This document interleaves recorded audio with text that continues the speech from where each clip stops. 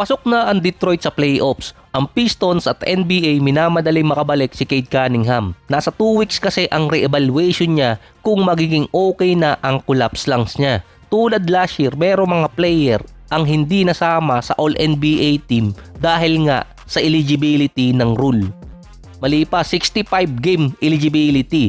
May mga player na hindi kasama sa top 10 ang nakasama sa All-NBA team. Si Cade, delikadong hindi abutin ng 65 game rule. Pero possible naman niyang abutin ng playoffs. Kailangan pa kasi niyang makapaglaro ng nasa 15 to 20 games kapag bumalik siya at makumpleto ang 65 games.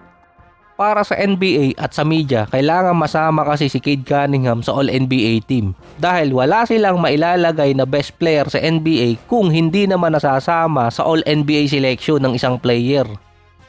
Akala kasi ng NBA mawawala ang load management kapag pinataw nila ang 65 game rule dahil yun kay Joel Embiid nung nanalo ng MVP na meron siyang 66 game, ang pinakamababa nun. Maraming mga player din ang nasa load management at si Embiid ang tinitingnan dun dahil meron siyang mga game na hindi nilalaro katulad na lang nung game versus sa Denver Nuggets kapag home court nila. After manalo ni Embiid nung 2023 ng MVP, biglang natuluyan na siyang magkaroon talaga ng malalang injury na kinailangan pa ng operasyon at ngayon si Embiid lagi na lang nasa injury management dahil natuluyan talaga yung tuhod niya.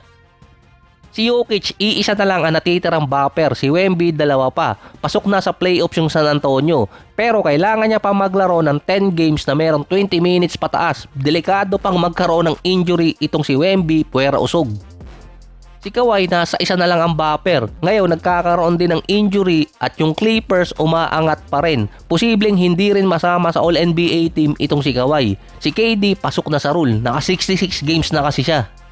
Ang pinakatinamaan talaga dyan si Deni Avdija dahil meron siyang 55 games pero ang kinount lang sa kanya nasa 54 games dahil meron siyang isang game doon na hindi pumasok sa rule. Dahil sa rule, kailangan 15 to 20 minutes pataas ang nilaro ng player at binibigyan lang ng 2 games na buffer. Meron ding game si Avdija na nalaro ng 17 minutes versus Miami noong January 22 at 1 minute naman nung na-injured siya noong February 22. Nung 1 minute na nilaro dati ni Avdija, na-criticize no ng Portland na pinilit lang nila maglaro si Avdija para makompleto yung bilang ng games. Ang resulta, nagkaroon pa ng malalang injury kaya natagalan pa bago makabalik. So kahit makalaro pa si Avdija ng 65 or 66 game dahil sa rule, hindi siya masasama sa eligibility. Dahil sa total na 55 games ni Avdija so far, 49 games lang ang nilagay na valid. Si Avdija pa naman ang frontrunner sa most improved player na may average siyang nasa 24.7 rebounds, 6 assists per game. Pang-bargain pa yung kontrata niya, parang rookie pa nga eh. Hindi binanggit kung kasama sa 65 rule ang most improved player. Ang hindi kasi kasama doon, Rookie of the Year, 6-man, All-Rookie Team at Clutch Player of the Year na wala namang contract impact. So hindi rin alam kung bibigyan ng exception si Avdija or kaya si Cade Cunningham. Dahil si Cade kapag nakabalik at hindi rin siya nakalaro ng nasa at least 15 to 20 minutes, malamang hindi rin niya ma-meet yung bilang ng eligibility. At malamang bigyan siya ng exception dahil isa siya sa best player. Si Avdija kasi kapag namintis niya pa yung isang game, meron pa siyang isang buffer. Pero hindi alam kung ika-count yun. Sinagip naman ni Luke Kennard ang Lakers kontra sa Magic ng Orlando. Game winner mula kay Kennard mula sa 3-point area. Pinalamang na gusto pang manalo.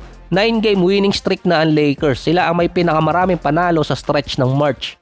Meron siyang 13 points, 3 rebounds at 3 out of 4 sa 3-point area. Si Luka 33 points, 5 rebounds at 8 assists. Ayaw pa rin paawat. Big second half naman para kay Austin Reeves. 26 points, 7 rebounds at 5 assists. Si Luka nakakuha ng 16 technical ngayong season. Hindi alam kung babawiin yung technical ni Luka dahil suspension na nga abutin niya next game versus Detroit. Nakikipag-trash talkan kasi kay Goga Go. Goga yun. Yung trash talkan ng dalawa mula 3rd hanggang 4th quarter. Hanggang sa binigyan ng referee ng technical si Luka. Tina-trash talk daw ni Goga ang pamilya ni Luka. Kaya ayun, minura. Tagilid pa si Luka kapag binawi ng NBA ang technical niya. Pwede siyang ma-technical pa sa ibang games at masuspende sa importanteng game. Kung isususpende si Luka, magkakaroon siya ng isang game na buffer. Dahil pang 18 at 20 na technical, masususpende ulit siya.